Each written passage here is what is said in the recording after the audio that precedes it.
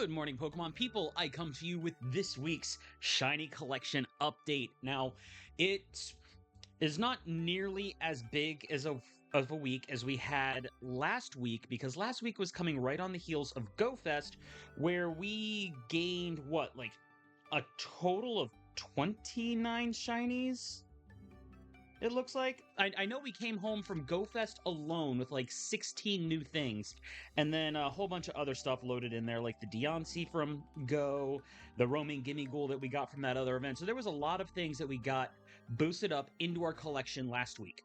So this week, not nearly as big, but we did hit a pretty good stride. Now, because of my work schedule, I do work overnights, and my regular work schedule is only 7 out of every 14 days, which usually means I would have time to go ahead and devote a little bit to some hunt, some grinding, some recording to keep other projects going. And now I do have other projects constantly going up on YouTube because I've built up a backlog to go ahead and try and keep that up on YouTube.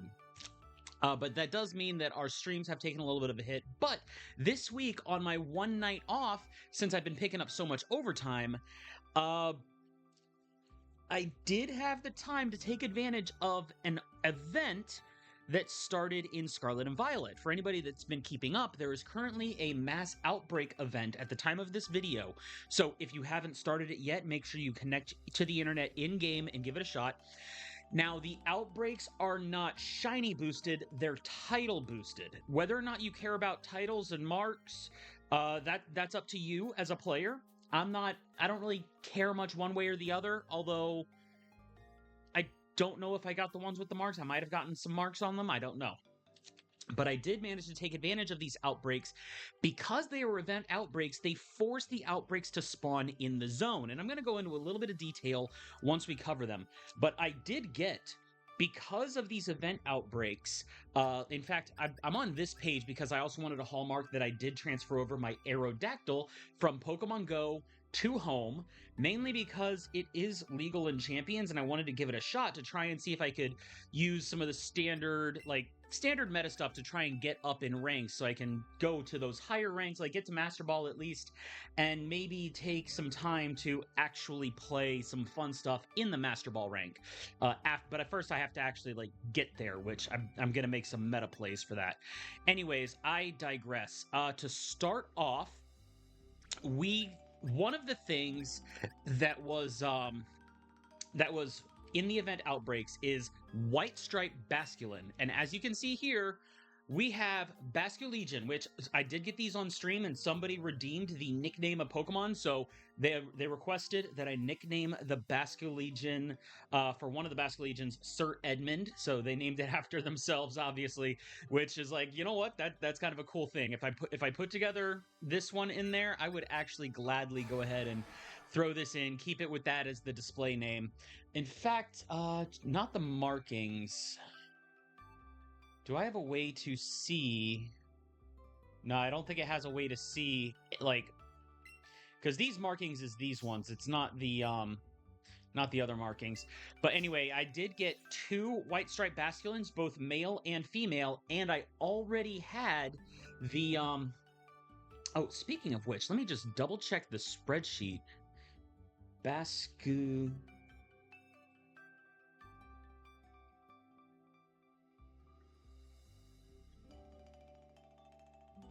Okay, good. I did make sure that they got marked on the spreadsheet, because I was just second guessing myself if I actually did that. But we did get this one, and we also got the female one, which will be over here, or not this one. The regional variant box is where my White Stripe Basculin is. I believe it's in here. White Stripe Yep, there it is. The bottom in the right side of the middle row there. White Stripe Basculin, which this one I already had. What is that? From Legends Arceus, which was pretty cool. That means that since I needed both the male and the female for the collection, I was like, okay, if I get 2 males or a male and a female, I'm set, as long as I don't get 2 females. And I did manage to get a male and a female, so I didn't even have to move them around for the transfer. And then in the female box, over here somewhere, there it is. There is the female Basculegion. So we did get both of those in there. Now, there are other Pokemon, like I believe it was, Psyduck and Lapras are also in the Outbreaks, which as far as I'm aware, I do not need those. Psyduck and Lapras. You know, I'm all of a sudden second guessing myself again. Do I actually need to go back in and get those? Psyduck. If I Oh, I actually do need Psyduck and Golduck for the collection. Well, then, I'm going to have to get back on Scarlet again before I refresh those Outbreaks and get in there.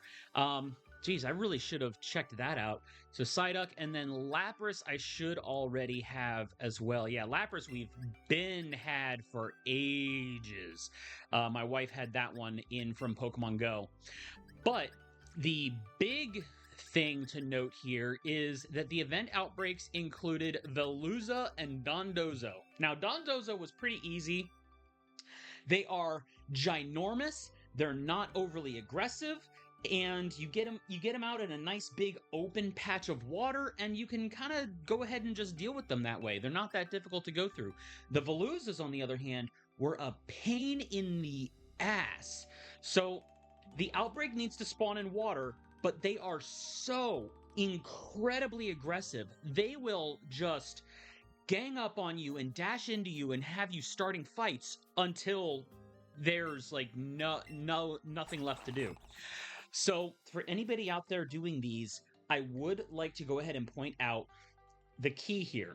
Now, you can go in and use the system clock, rewind the system clock by 1 minute, or just change the date on your system clock while you have the game open, and it'll refresh the outbreaks, the terror raids, all that good stuff.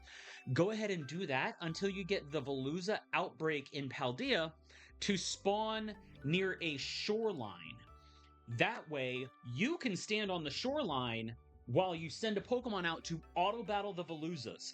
Once you have that, get them to the 60 knockouts in the outbreak, use your shiny sandwich, and then either run far enough away so that they despawn and then come back in, see if you get a shiny, or do picnic resets to regenerate the spawns to get that shiny Veluza. It has the bright green fins. It really sticks out from the group, just like how Dondozo also sticks out from the group. It was incredibly easy to see the shiny Dondozo.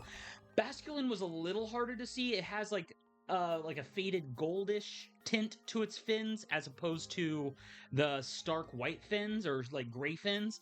So it wasn't the hardest thing to see, but the Basculins also like to dive underwater, so you gotta finagle yourself with the Basculins. The Veluzas, though, the aggro made them difficult until I got them to spawn near a shoreline so that I could just take advantage of the auto battle. And I would just hop over them, do a little flyover to lure a bunch, and they will try and dash to the shoreline, but they can't get onto the land, making it easy to just stand there and auto battle while they're just trying to rip your face off, but they can't reach you. Trying to do them out in open water, good luck. You're going to be fighting them one at a time. Not that they're very difficult. Oh, the other thing with the Veluzas, so you have to be very careful when you're fighting the Veluzas. I double checked on Cerebi before I even started because I'm like, I have had situations before. Check the move list that they will have on Cerebi at the level range of the outbreak. The Veluzas were ranging from like level 50 to 55. At level 55, Veluza learns what was it? Final Gambit, which is a self KO move that you cannot prevent with Damp.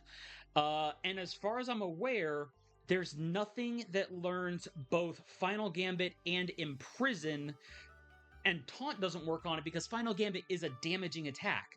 So you don't really have a way to stop Final Gambit from happening. So I was like, okay, I'm going in and I'm chucking a save before I actually start the fight with it, throw a quick ball, and I did manage to get it that way. As you can see, this one is level 53, so Final Gambit was not even a factor, but you do need to be aware of that when you're going in. Similarly, be cautious with the Basculins, because they can know 2 to 3 recoil damage attacks. So you got to be careful with them too. You might not want to do a false swipe on them, because if they use one of those recoil attacks, they'll knock themselves out, and then you lose the shiny that way. The only there is a way you can work around some of it. Like, let's say you have a water absorb Pokemon with Terra Ghost type, that negates Wave Crash and Double Edge, but it does not negate Head Smash. And if it uses a recoil head smash after you false swipe it, you're pretty much done right there. I would say that if you're gonna go for the Basculins, maybe have like a Poliwrath catching buddy. Like I said, Terra Ghost, it can have water absorb, and it learns hypnosis. So if you don't want it in a quick ball, if you want it in a different ball, you could go ahead and lead with Poliwrath and terrastalize, use hypnosis, try and put it to sleep. I would not try and reduce its health because, like I said, head smash can still cause a self KO on it. Um, so I would say, maybe go for Poliwrath, Hypnosis, and then throw your preferred ball, hope for a lucky catch. So, just some little things to be aware there. Again, check Cerebi, make sure you're in the Scarlet Violet Pokedex, and check what level the raid is, or the outbreak is, when you're in there so you know what moves to expect and plan for. You will save yourself so much headache with that. That's just my little tips in there for some things that I was juggling on. And oh, did I? There was something I never marked here. I need to double check because my wife did get a Doduo. I don't know. I don't remember if she transferred it over. I may have forgotten to mark it in my spreadsheet. Doduo was number 84. Okay, it wasn't this one. And no, okay, so it was not transferred, but I did forget to mark it on here. I don't remember if it was the male or female, so that is going to affect the numbers for my spreadsheet, but I'll go ahead and get into that. The other things we had gotten, I did get a few things in remote trades in Go, thanks to some long-held friendships with people in there. Let's see. I had gotten a Clamperl, a Spupa, and surprisingly, a Palkia in remote trades. So some people out there doing the remote trades have been very generous with their shiny collections with that. The person that I got the Palkia from, they had Regice and Palkia in there, and I'm like, ooh, those are both really good picks for remote trades. So we got those. I haven't transferred it in yet because I've been transferring some smaller stuff. My wife had gotten a Makuhita and a Corphish in Pokemon Go. The Clamperl and the Spupa, I believe I did transfer those in, so they are in home now. The other ones are on her Go profile. The Hatcher this week got me Cubone and Marowak. They're again not stored in home here yet. I have to get them off of the other Switch. But we do have the Cubone and Marowak set up there. And like I said, she had also gotten a Doduo. So overall, our total gains for this week are 770 Pokemon stored in home, and that is with a little bit of moving around from the Go accounts and getting those situated. It's for a total gain of 12 since last week. So not nearly as big as the what was it? Oh, okay, I guess last week we did gain 12 on the home account, but a total of 29 because of all those Pokemon Go catches. This week, our total gains bring us to, actually, it was 871, but then I just remembered the Doduo. 872 is what it's going to be once I remember whether it's male or female Doduo to get it marked on there, for a total gain of 12. So we gained a total of 12 Pokemon altogether for the collection, and 12 Pokemon moved in and stored in home. So overall, not a bad week for having only like one day available to go ahead with these hunts and everything. So I am kind of excited about that. I have heard that we have a community day coming up next month, I believe, for Pokemon Go.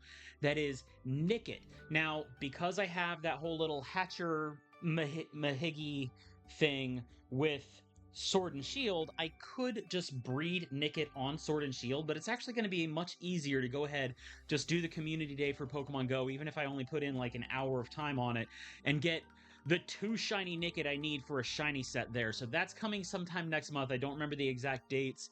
I'm sure somebody out there paying closer attention to all of that can probably remind me. I should actually start marking my calendar with all of those. But anyway, that's a thing. Right now I set up to go ahead and start hatching another Pokemon on the other Switch. It is hatching Indeedees right now because I would like to go ahead and get the shiny male and female Indeedee. I just figured that'd be a nice little set to have done and over with so I don't have to like try and shiny hunt them in Outbreaks or in the wild or anything like that. If I can just hatch them on Sword or Shield, it'd be a lot easier, even if I end up with multiples. I do also eventually have to get back onto hatching Rhyhorns because, as you can see here, there's a few Combees that I had gotten while I was doing other things. All of these male Torchics that I got until I got that last female Torchic I needed. But then I keep getting these female Rhyhorns when I put this switch on the hatcher for Sword and Shield. And what I need is the male line of Rhyhorns. I believe I still need 2 more to finish out that line, but I keep hatching the females for some reason, even though it's a 50-50 gender ratio. Go figure. RNG can hate us sometimes.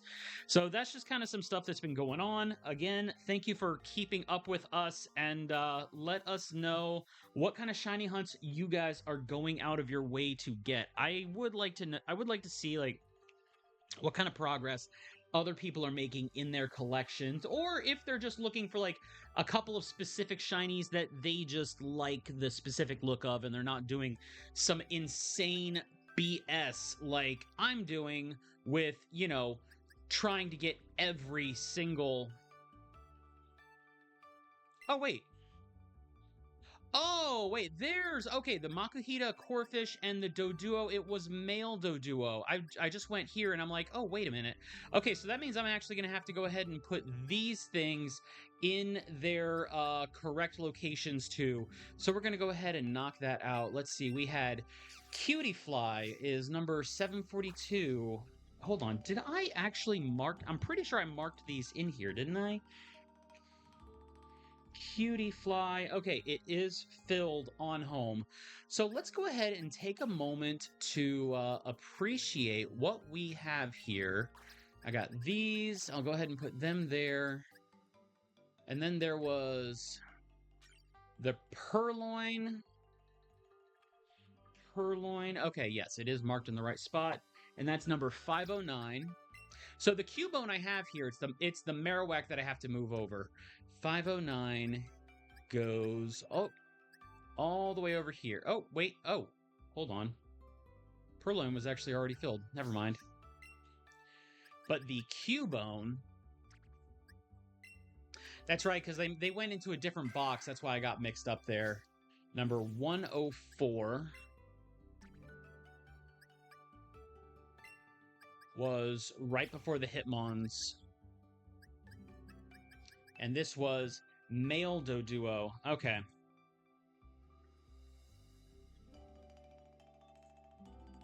So male Doduo is actually filled. Number 84. Right there before the Dodrio.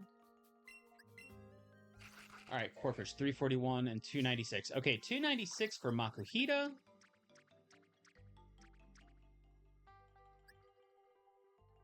All right, 96, 7, wait, 5, 6, 7, 8, 9, 300. Yep. Corphish is number 341.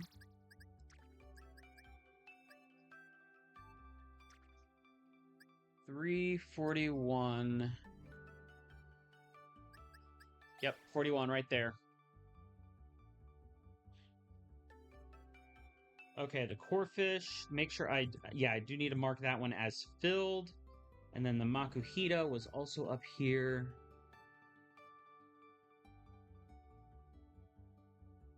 Mark as filled.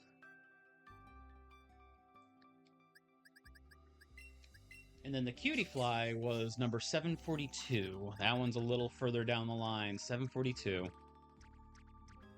So yeah, make sure that if you're doing these that you are...